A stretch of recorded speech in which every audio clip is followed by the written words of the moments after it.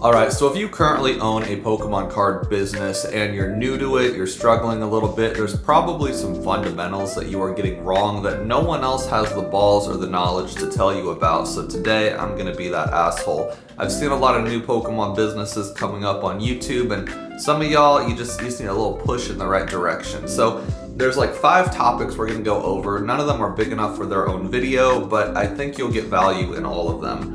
We're going to do investor versus business, fan versus business, taking a small loss is okay, limiting people to quantity, don't sell out, and shipping tips. Okay, so these first 2 items on the list are probably the easiest to explain but the hardest to actually fix, and that is the investor/fan mindset versus your business mindset. Because like I said, there's a lot of new business tubers out there, and of course they are all fans of Pokemon cards. You wouldn't get in this industry if you weren't, but there's so much weird like virtue signal-y-esque language that's happening right now in this little niche of Pokemon, and it's like, it's not impressing anyone and it's not helping you, so just stop. Either don't be a business or be a business, but you can't really be both. I see it all the time. There's like these business people like, yeah, I'm still a fan though, so I'm gonna like keep, X amount, or I'm gonna just use the business to help pay for my hobby, or, oh, I'm a fan and I know what it's like, so I'm gonna sell everything, but I'm gonna sell it at 17% under market to help the other. That's cute, that's adorable, but again, no one's impressed. No one's watching you going, wow, that's the next Coops Collect right there. What a man, what a guy. No one gives a shit. They're looking for the best deal. If they can find it on your store and you're trustworthy, they will buy it from you. If they can find it from a different store, they will buy it from them. There's no real loyalty en masse, so just stop pretending there is. That's already a hot take, so the en masse is very important here. There are customers who will be loyal to their business always. It's just a thing, and you out there, you're the exception. You're one of those people. But in reality, when you look at en masse, as soon as a better deal is available at a different business, as long as both businesses are relatively trustworthy, the average customer is going to go to the other business. You are just a guy who is starting out at a very tough time to get in the business, and you're already starting to do this like nice guy thing. Again, it's cute, it's wholesome, I like it, but you need to just one or the other. You can't have a collection and, oh, I'm gonna, sell this for this margin so I can buy more. Do you know why Kendrick Lamar has a line, I don't smoke crack, I just sell it? Because he knows you can't do both.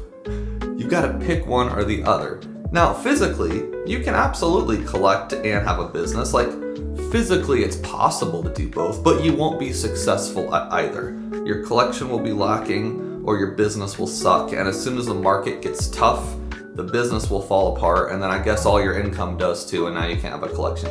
You've got to pick one and focus on that for years, and then if you want, you can buy stuff for your collection. I can buy whatever I want now. I got this. This is like a $1,000 Neo Genesis store display. Like, I'm buying fun stuff now.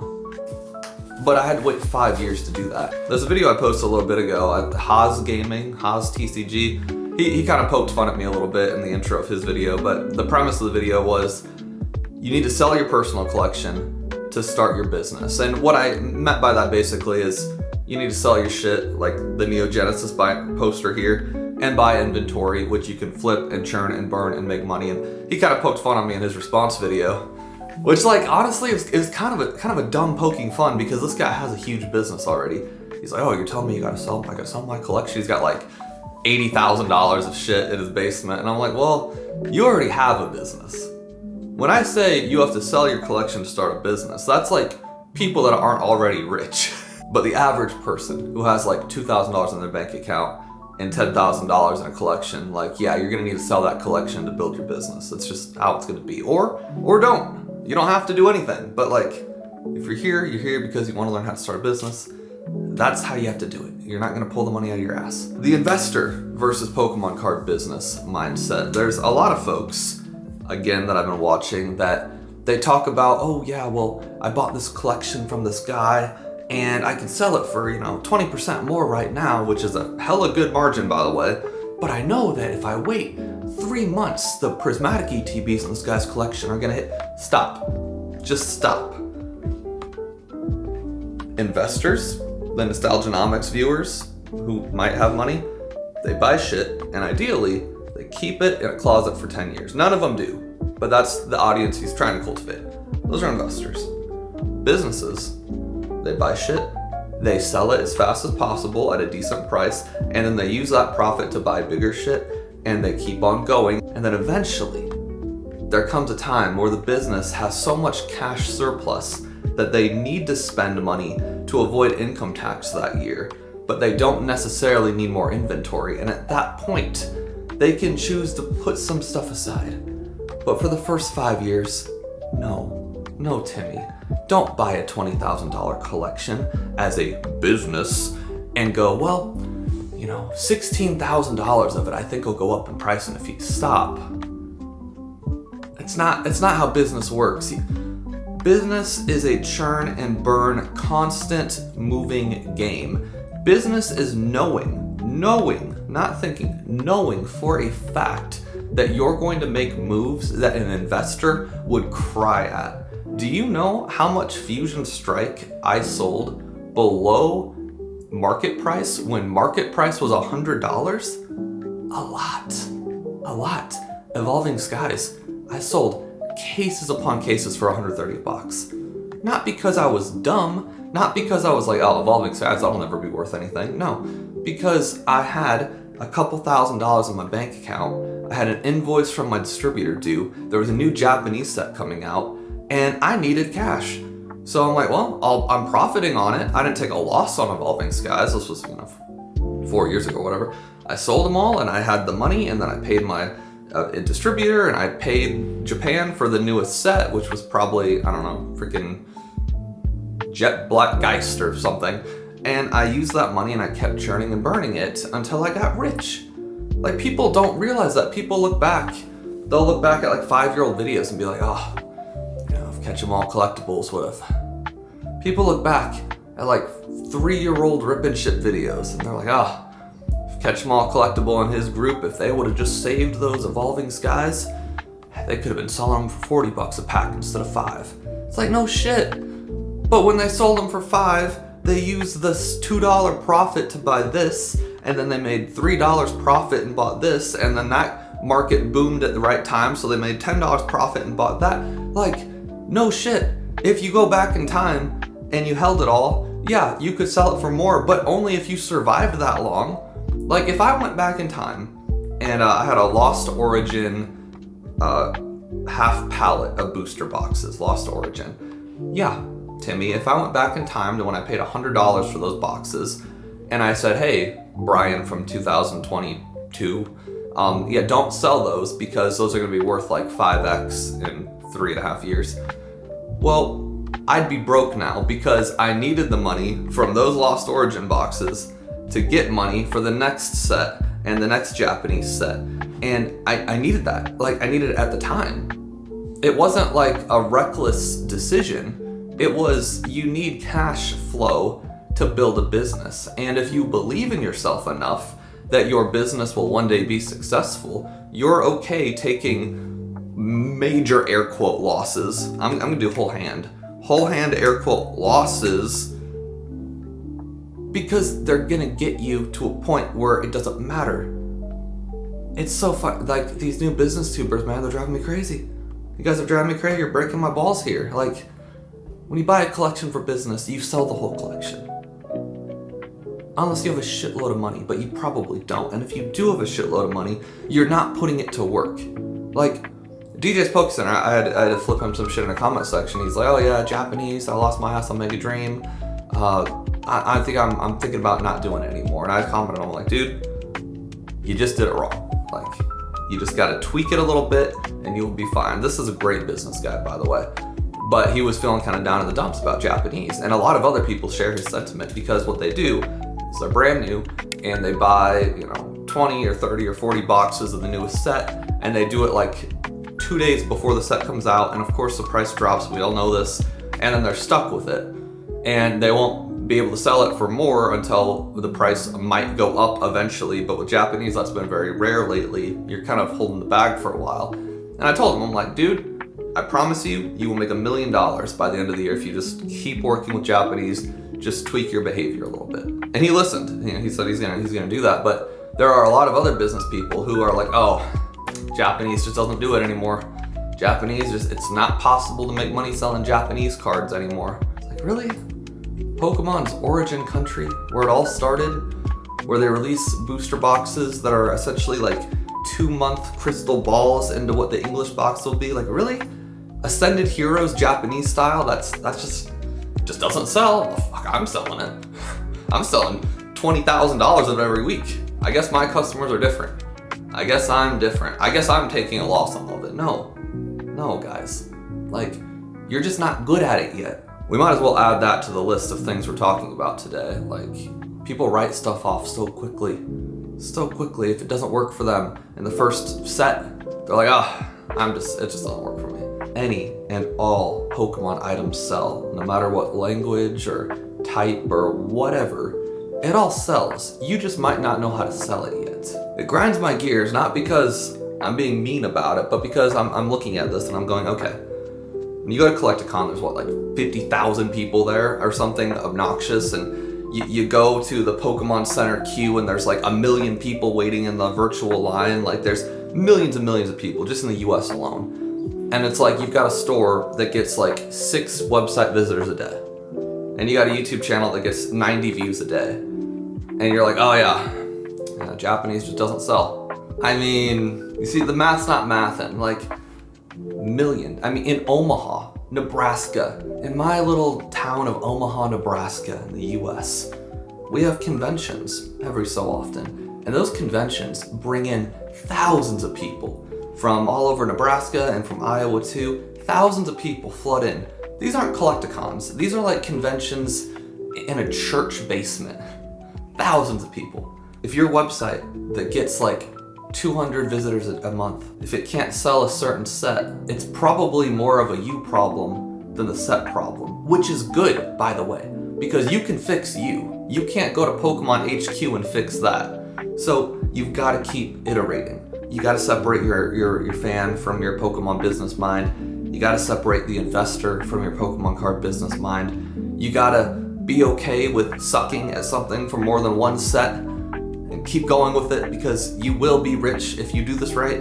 So those are 3 things. Let's continue on the list. Taking a small loss. We kind of touched on this earlier, and it's knowing that if you held on to all this shit, yeah, eventually you'd make money on it. You'd make more money on it. So you could argue that's taking a small opportunity loss, but taking a small loss also applies to individual orders. And this is something that plagued me for a little bit. It was like, I have flat shipping, right? And I think DJ's Poke Center mentioned this too. When you have flat shipping I charge $10 per order.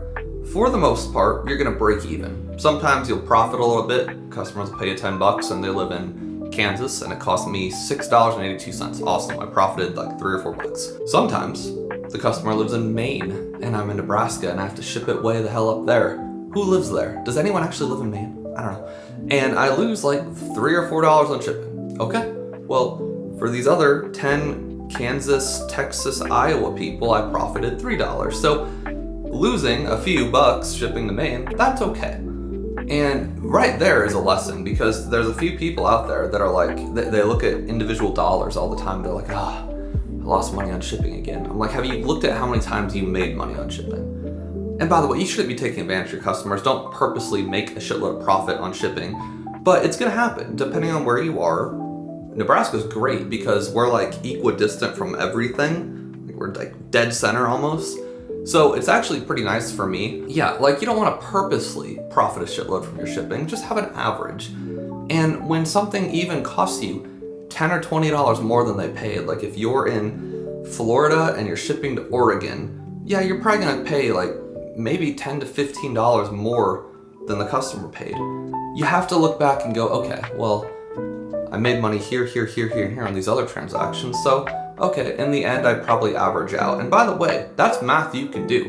Like, at the end of the year, you can look at the amount of money you took in from shipping and the amount of money you paid out from shipping and just do some divide math and be like, oh, okay, so on average I paid, it's probably gonna be like $10, realistically.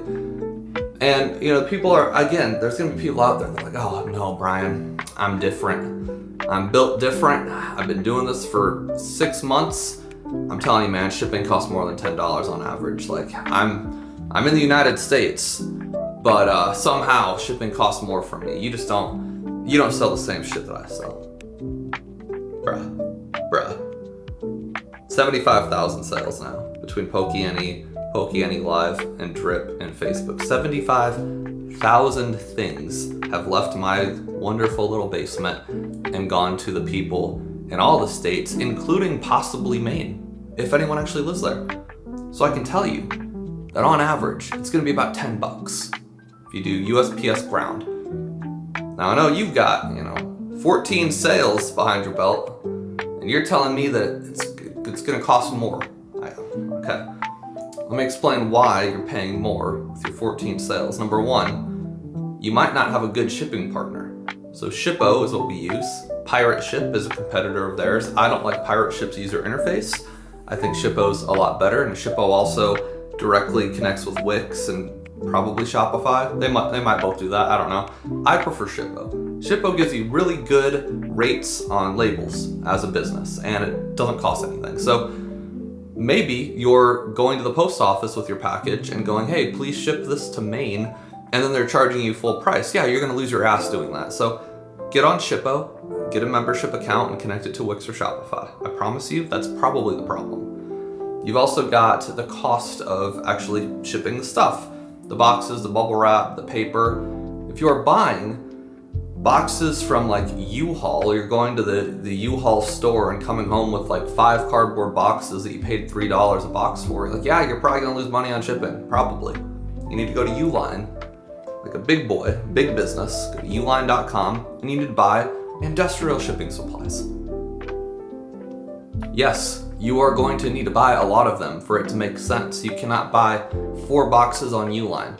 You have to buy 25 box bundles, and probably a few of them to make money, to make it worth it with shipping. But that's what I'm saying though. It's like, are you a flipper or are you a business? Because if you want to do the business thing, you need to be okay with buying a shitload of boxes. And if you don't want to do that, that's totally chill. No judgment here. I love you either way. I'll kiss your face as soon as I see you in real life. No worries either way, but you gotta do that. Bubble wrap. If you're going to Walmart and you're buying their little cylinders of bubble wrap that are like $18, it's absurd what you can buy at Walmart right now. And FedEx has them too, those like little tiny, like, yeah, you're gonna lose your ass on shipping.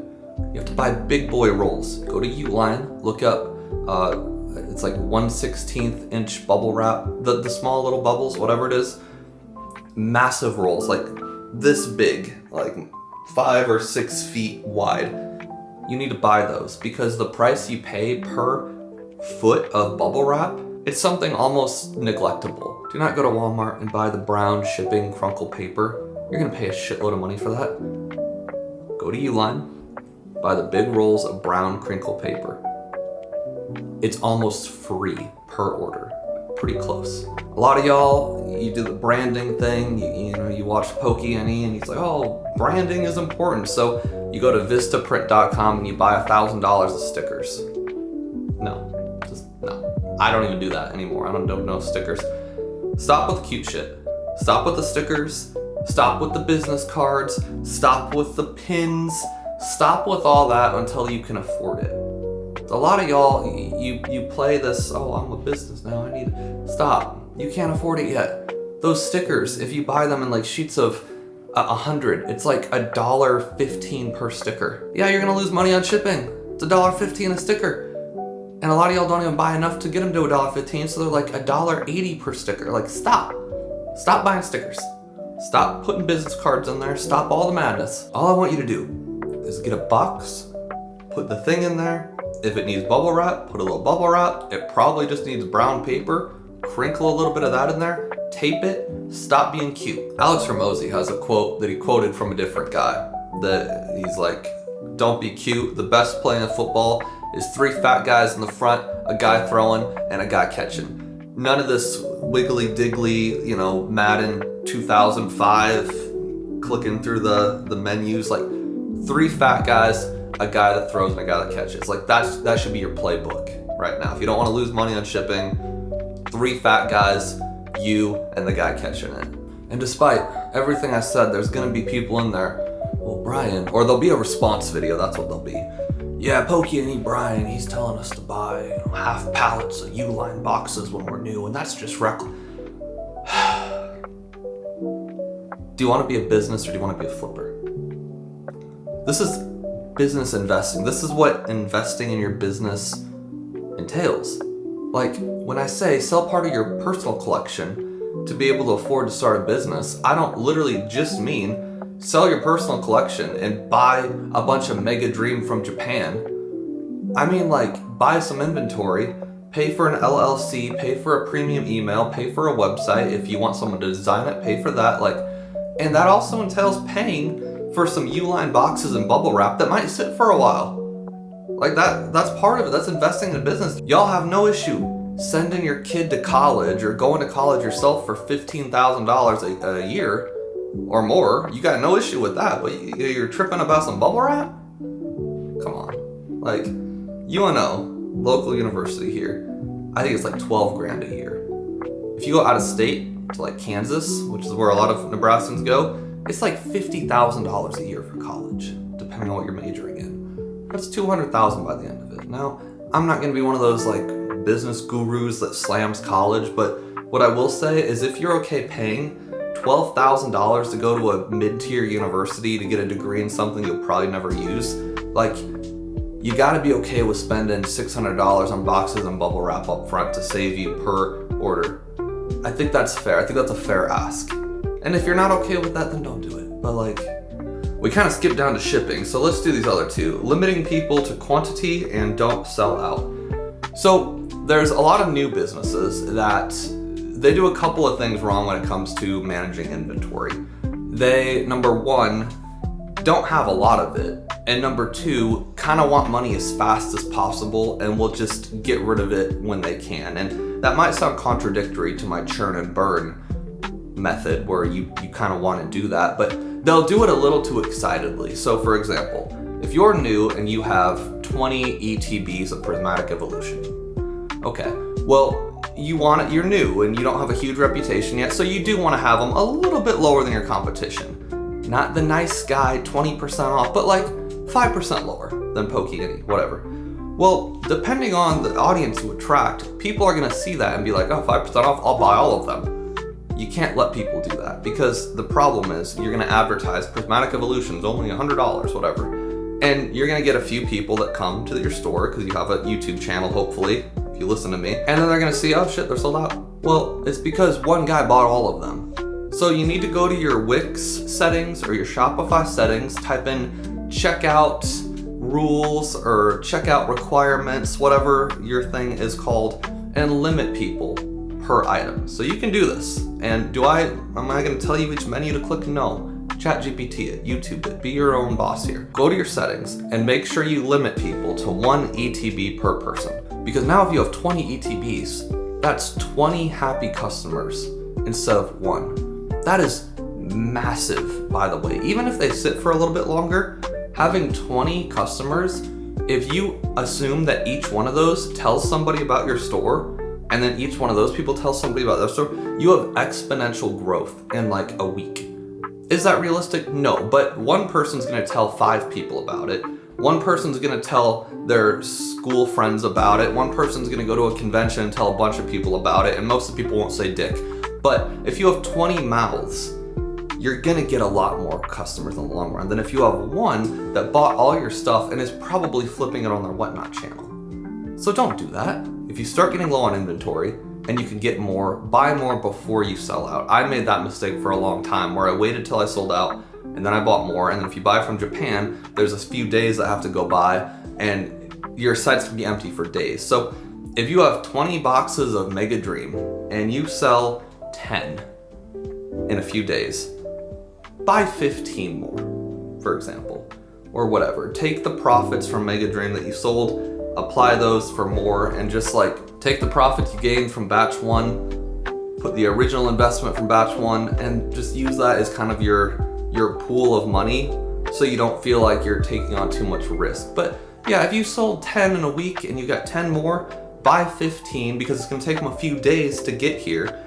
And in those few days, you'll sell 5, and then right when you're down to like 1, oh, there's 15 new ones. Do that, always. So if you can't get them back fast, then raise the price on what you've got. So if you have Mega Dream for 90 bucks, and you've got 6 left, and you can't get them back from Japan until January 12th, raise the price on those 6 that you have left to $100, and if some sell, awesome, you made an extra 10 bucks.